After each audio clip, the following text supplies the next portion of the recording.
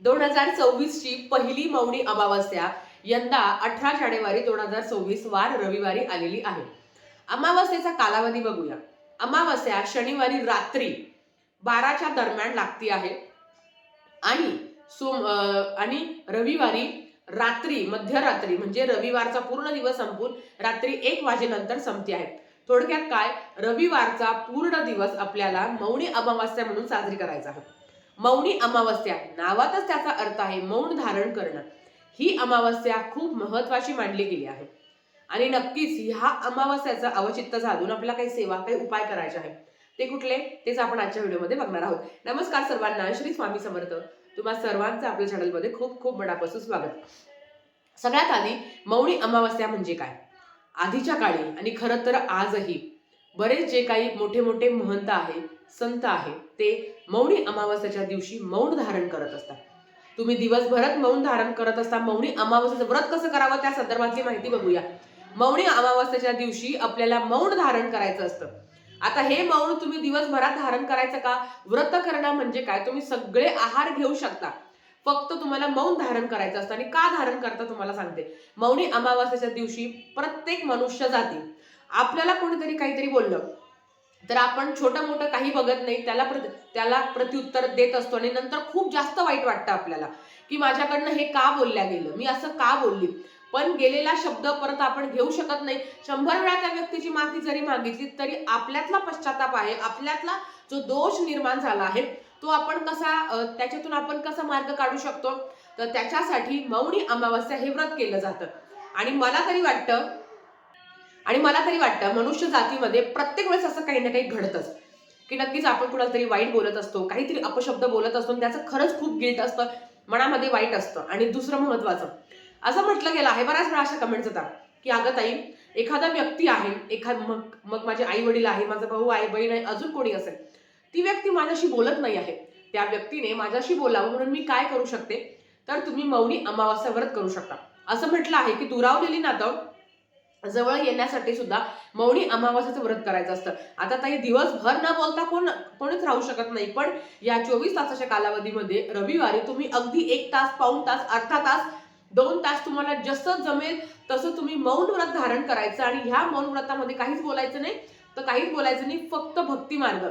फक्त आपल्याला असं म्हणतात की मौनी अमावस्येच्या दिवशी दुरावलेली नाती जवळ यावी, आपण केलेल्या पश्चातापाची आपल्याला जाणीव झालेली असते, पण गेलेला शब्द आपण मागे घेऊ शकत नाही.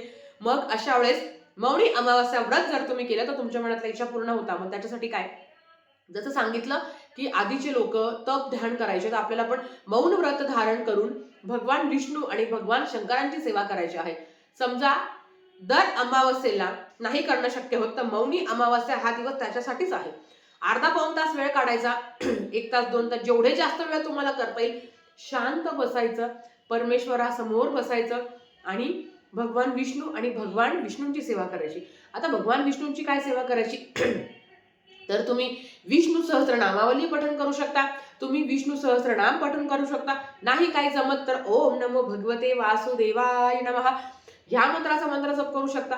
भगवान शंकरांची सेवा मग तुम्ही महामृत्युंजय मंत्र किंवा ओम नमः शिवाय या मंत्राचा 11 माळी तुम्ही जप करू शकता. आणि विष्णू सहस्त्रनामाची 1000 नावं घेऊ शकता किंवा ओम नमो भगवते वासुदेवाय नमः या मंत्राचा तुम्ही 11 माळी जप करू शकता. असं म्हणता दुरावलेली व्यक्ती जरी असेल, मग ती नात्यातली असो, सख्ख असो, तर ती व्यक्ती दुरावलेली आहे, काही कारणांमुळे जर ती तुमच्याशी बोलत नसेल तर ते दुरावलेलं नातं परत येतं, परत ते नातं जोडलं जातं असं म्हटलं गेलं आहे. म्हणून ह्या मौनी अमावस्येचं अनन्यसाधारण असं महत्व आहे. नक्कीच प्रत्येक जण आयुष्यात कधी ना कधी मोठ्यांना उलटून पालटून आपण त्यांना बोलतच असतो आणि ते खूप जास्त गिल्ट असतं. आणि जसं सांगतो की शब्द मागे घेऊ शकत नाही, 100 वेळा माफी जरी मागितल्या आपल्यात दोष लागलेले असतात. आणि याच्यातून आपल्याला मुक्ती मिळावी म्हणून ही मौनी अमावस्या महत्वाची आहे. मौनी अमावस्याच्या वेळेस ह्या पवित्र नद्यांच्या ठिकाणी जाऊन स्नान करायचं असतं. आता जेव्हा समुद्र मंथन झालं होतं तर त्याच्यातले काही पाणी मोठ्या मोठ्या तीर्थक्षेत्रात पडलेलं आहे, मग प्रयाग आहे किंवा काशी आहे. आता अशा ठिकाणी जाऊन तर आपण स्नान करू शकत नाही, पण तुमच्या जवळपास जर पवित्र ठिकाण असेल तिकडे जाऊन किमान हातपाय तरी धुवायचे. नाहीतर घरातही तुम्ही स्नान करत असता तेव्हा गंगाजल टाकून तुम्ही अंघोळ करू शकता की जेणेकरून आपलं मन शुद्धीकरणाबरोबर शरीर सुद्धा शुद्धीकरण होतं. मौनी अमावास्येला सगळ्यात महत्वाचा उपाय म्हणजे सूर्योदयाच्या आधी उठून आंघोळ करून सूर्याला अर्घ्य देणं, ज्याला आपण सूर्याला जल अर्पण करणं असं म्हणतात. या पौष महिन्यामध्ये कधीही तुम्हाला जमलं नाही ते रविवारी करायचं. सूर्याला जल अर्पण करावं. सूर्याला जल अर्पण करत असताना त्याच्यामध्ये काळे तीळ टाकायचे. बघा, अमावास्येला जेव्हा तुम्ही सूर्याला जल अर्पण करता तेव्हा काळे तीळ टाकायचे. ओम गृणी सूर्याय नमः, ओम गृणी सूर्याय नमः ह्या मंत्राचा तुम्हाला मंत्र जप करायचं आहे. आणि काळे तीळ टाकून ते जे जल आहे ते आपल्याला सूर्याला अर्पण करायचं आहे. तांब्याच्या तांब्यामध्ये पाणी घ्या आणि नंतर ते जल तुम्ही सूर्याला अर्पण करू शकता. हा दिवस दान धर्म कर्म, खरं तर अख्खा पौष महिना हा दानाचा आहे. त्यातल्या त्यात अमावस्या आपण आपल्या पितरांच्या स्मरणासाठी दान करायचं असतं.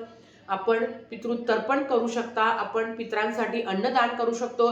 तुम्ही मुंग्यांना सुद्धा धान्य खाऊ घालू शकता. तुम्ही एखाद्या गरजूला खाऊ घालू शकता. गाईला सुद्धा ह्या दिवशी खाऊ घालणं खूप पवित्र मानलं गेलं आहे. खरं तर पौष महिनाच एवढा महत्वाचा आहे, पण काही कारणांनी जर तुम्हाला करणं शक्य नसेल तर ह्या दिवशी आपल्या पितरांच्या स्मरणार्थ दान करायला विसरायचं नाही. यथाशक्ती यथाभक्ती तुम्ही दान करू शकता. गरीबाला करा, गरजूंना करा. हिरण्य दान प्रत्येक अमावस्येला आपल्या जवळच्या गुरुजींना करायचं असतं. हिरण्य दान काहीच नाही. 1.25 पावशर पेढे घ्यायचे, जाणवं जोड घ्यायचं, 11 रुपये दक्षिणा द्यायची आणि हिरण्यदान. सगळेच गुरुजी हिरण्यदान घेत नाही. जे घेतात त्यांना जाऊन स्वतः 12 ते 12:30च्या दरम्यान स्वतः जाऊन त्यांना दान करायचं. ताई आम्हाला गुरुजींना दान नाही करायचं, पण हिरण्यदान हे गुरुजींनाच करायचं असतं. जे गुरुजी आहे, जे ब्राह्मण गुरुजी आहेत त्यांना हिरण्यदान करायचं असतं. आणि बरेच गुरुजी आजकाल हिरण्यदान घेतात. त्याच्याबरोबर येतं पवित्र नदीच्या ठिकाणी जाऊन तुम्ही स्नान करू शकता. एखाद्या गरजूला तुम्ही तेल दान करू शकता. बऱ्याच काही गोष्टी आहेत पितरांच्या स्मरणार्थ. घोंगडी आहे किंवा चप्पल आहे, ह्या गोष्टी तुम्ही दान करू शकता. संध्याकाळी आपल्याला बघा काय होतं तुम्हाला सांगते. रोज पिंपळ वृक्षाला प्रदक्षिणा घालायची असते. रोज आपण त्याला स्पर्श करू शकतो. फक्त अमावस्येला पिंपळ वृक्षाला स्पर्श न करता त्याची सेवा करायची आहे. अमावस्येच्या दिवशी पिंपळ वृक्षाची सेवा केल्याने भगवान विष्णू प्रसन्न होता आणि आपल्याला जे काही पितर आहेत त्यांना सद्गती मिळते. मनुष्यरूपी भेटलेला आहे आपल्याला. हे मनुष्यरूप भेटल्याचं पण काही कारण आहे. सत्कर्म करणं. आणि खरं तर प्रत्येकाची हीच इच्छा असते, पुढचा जन्म नको, पण ह्या जन्मात चांगले कर्म करा, चांगलं काम करा की जेणेकरून पुढचा जन्म मिळेल की नाही मला माहिती नाही, पण ह्याच जन्मात भेटणार आहे. चांगले कर्म केले तर नक्की चांगलं होतं. तर दान धर्म हे सगळ्यात महत्वाचं आहे.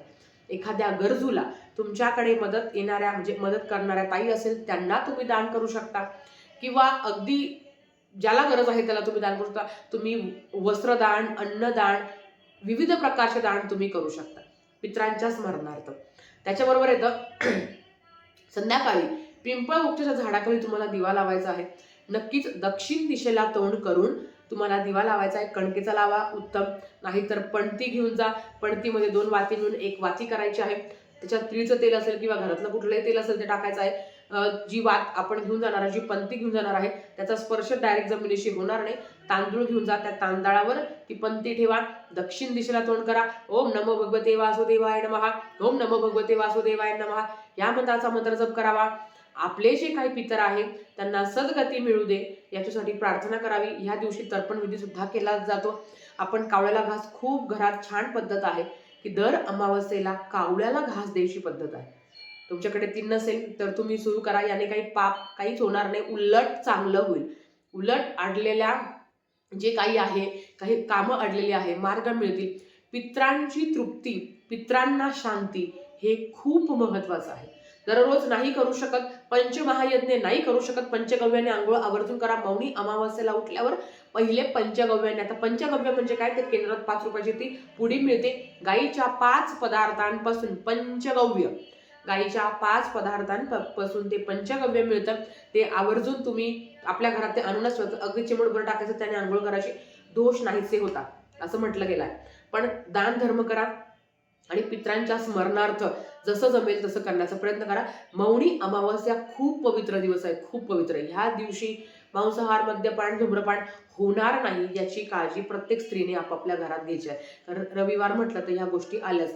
तुम्ही मौन धारण करणार आहे, तुम्ही एवढी सेवा करणार आहे, तुम्ही भगवान विष्णू आणि भगवान माता लक्ष्मीची तुम्ही सेवा करणार आहात म्हणून याला कुठली अडचण येता कामा नये. घरातलं वातावरण सात्विक राहण्याचा प्रयत्न करा. तर आजच्यासाठी फक्त इतकं झालेली सेवा स्वामींच्या चरणी मी रुजू करते आणि आजचा व्हिडिओ इथेच थांबवते. आवडला असेल तर लाईक शेअर सबस्क्राईब करा. भेटूया परत अशाच एका नवीन व्हिडिओ सोबत. तोपर्यंत श्री स्वामी समर्थ.